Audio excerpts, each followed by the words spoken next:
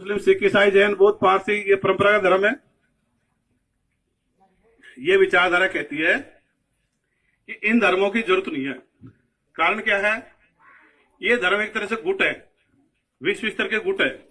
जब तक ये धर्म रहेंगे तो ये गुट रहेंगे, जब तक अपने एक नहीं हो सकते।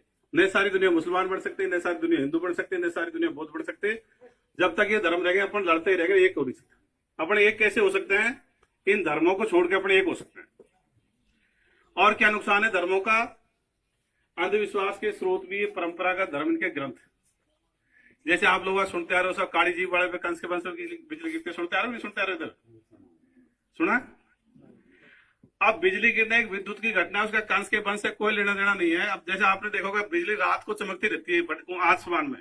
अब रात को कोई जानवर ही नहीं होता तो जीव कैसे पहुंचेगी वहां? बिजली गिरना एक विद्युत की घटना है, जैसे दो फेस में स्पार्किंग हो जाती है, उस तरह की बात है। उसका कंस के वंश से कोई लेना देना नहीं है।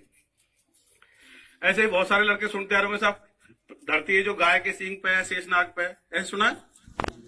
अब कभी ये सवाल किया कि मन में, भाई जिस गाय के सींग पे धरती रखी है वो गाय किस पे खड़ी होगी? धरती पे। अब मान लो आपके माथे मटकी रख देता, आपके मटकी पे खड़े हो सकते हो? तो ये झूठी बात है। धरती कोई गाय के सींग पे, शेषनाग पे नहीं है। ये तो गुरुत्वाकर्षण बल से सूर्य के चक्कर लगाती है। आप विज्ञान किताब पढ़ते हो, भूगोल किताब पढ़ते हो। ऐसे आपको बाइबल का, कुरान का अंधविश्वास बता दूं। बाइबल में कह रखा है, कुरान ने मान रखा उसमें। क्या लिख रखा है उसमें? कि गॉड ने सृष्टि की रचना 6 दिन में करी थी, 7वें दिन आराम किया। पहले दिन पृथ्वी बनाई, दूसरे दिन प्रकाश फैलाया, तीसरे दिन सूर्य चंद्र बनाए, चौथे दिन कुछ पहाड़ बिछा दिए, चौपाई फैला दिया, ऐसा कुछ काम किया और 7वें दिन आराम किया। अब इसमें सवाल करो कि साहब सूर्य चंद्रमा तीसरे दिन आए तो पहला दिन और दूसरा दिन कैसे गिना होगा? तो क्या कहते हैं, अरे भाई सवाल मत किया करो, हमारी आस्था खराब हो जाती है, इसको ऐसे कैसे मान लिया करो। अब दूसरा सवाल, सूर्य चंद्रमा तीसरे दिन आए और प्रकाश दूसरे दिन आ गया, बिना सूर्य चंद्रमा के प्रकाश आ सकता है? प्रकाश को सूर्य से धरती तक पहुंचने में कितना समय लगता है? 8 मिनट और 20 सेकंड लगते हैं। और उसमें से दूसरे दिन प्रकाश ला दिया, सूर्य चंद्रमा तीसरे दिन आए, ऐसे झूठ लिख दिया। और क्या लिख दिया उसमें? धरती चौकोर है, जबकि धरती कैसी है? शाबाश। उन्होंने चौकोर क्यों बताया? उस समय उनको पुरानी दुनिया के 3 महाद्वीपों का ही पता था। पुरानी दुनिया के 3 महाद्वीप कौन कौन से हैं? एशिया, यूरोप और अफ्रीका। नई दुनिया के 4 महाद्वीप कौन कौन से हैं? उत्तर अमेरिका, दक्षिण अमेरिका, ऑस्ट्रेलिया और एंटार्क्टिका। अमेरिका की खोज किसने करी बच्चों? वास्को डिगामा ने 1498 में भारत का रास्ता खोजा था समुद्र का, और अमेरिका की खोज करी थी कोलंबस ने 1492 ईस्वी।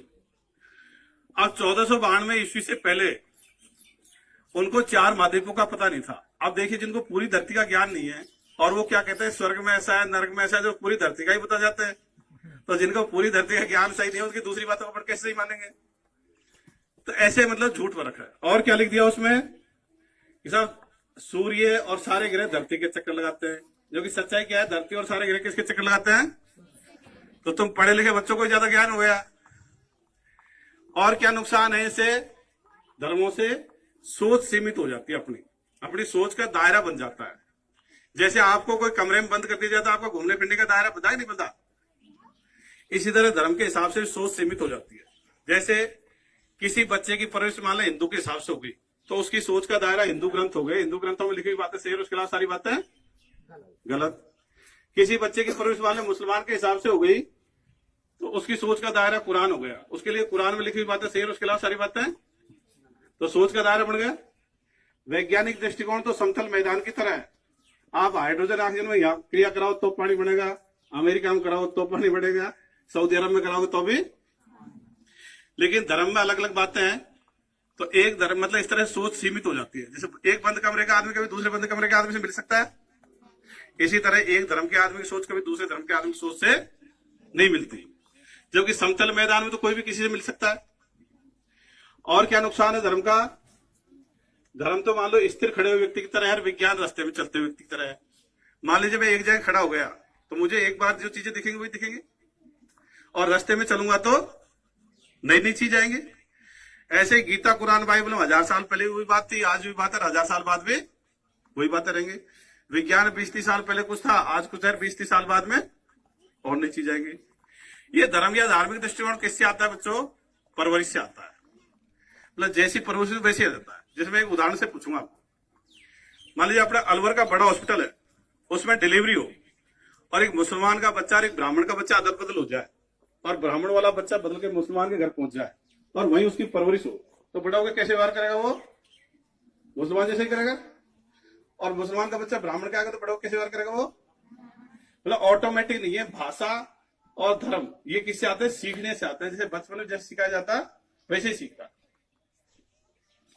ये विचारधारा ये कहती है कि दुनिया धर्म के बजाय 3-4 हजार साल से धर्म चल रहा है, उसके बजाय विज्ञानवाद पे होती तो ये मोबाइल वगैरह 2-3 हजार साल पहले ही आ जाते। लेकिन धर्म वालों ने क्या किया? आदमी की सोच को रोक दिया। उन्होंने कह दिया इस किताब को पढ़ लो और अपना खुद का दिमाग मत लगाया करो। वो फलाना आदमी सोच गया था, तुम तो इसको रिपीट किया करो, इसकी पुनरावृत्ति किया करो। इसी तरह से ये धर्मगुरु हैं आसाराम, राम रहीम, राधा स्वामी, इनकी भी कोई जरूरत है ये विचारधारा मानती नहीं। क्योंकि वो क्या कहते हैं? सबसे ऊपर तो गुरु है, दूसरे नंबर पे ईश्वर है, माँ बाप को तीसरे नंबर पे धकेल देते हैं। अपने क्या कहते हैं? किसी गुरु की जरूरत नहीं है, ईश्वर होता नहीं, माँ बाप फर्स्ट है। वो धर्मगुरु क्या कहते हैं? भाई आपको 16वीं क्लास तक किसने पढ़ाया? कि साहब टीचर ने। टीचर को क्या कहते हो? गुरु जी। तो हम भी गुरु जी। भाई तुम एक साथ कैसे हुए? आपको ये टीचर है, ये तो कोई भूगोल पढ़ाता है, कोई विज्ञान पढ़ाता है, कोई गणित पढ़ाता है, और वो क्या कहते हैं? भाव सागर में ये है, स्वर्ग में ये है, नरक में ईश्वर वगैरह वो पढ़ाते हैं। वो तो अंधविश्वास फैलाते हैं, ये अंधविश्वास भेटाते हैं। आप अभी 10वीं 12वीं में आ गए, आप BA में तक भी चले जाओगे तब भी अपनी पूरी पढ़ाई में कहीं अंधविश्वास की बात ही नहीं आती। तो इनका और उसका कोई मेल नहीं है। और दूसरी बात क्या कहते हैं? वो नैतिकता की बात कहते हैं। क्या कहेंगे? झूठ मत बोला करो, बेईमानी मत किया करो, मिलजुल के रखो, ऐसी बातें कहते हैं वो। उनका निष्कर्ष आता है। तो क्या इन बातों को आप पहले से नहीं जानते हो? जानते हो क्या इसके लिए अलग से गुरु करने की जरूरत है? नहीं है। इसलिए किसी के घर वालों ने कोई गुरु कर रखा तो जाके घर पे कह देना भाई अपन को इसकी जरूरत नहीं है। अन्यथा किसी का गुरु राम रहीम बन बैठेगा, किसी का आसाराम बन जाएगा, किसी का फलारी बन जाएगा। तो अपने अपने घर पे जाके कह दोगे, किसी भी कोई धार्मिक गुरु के चक्कर में नहीं पड़ोगे। सभी सहमत हो? 2 हाथ खड़ा करके समर्थन करेंगे। शाबाश।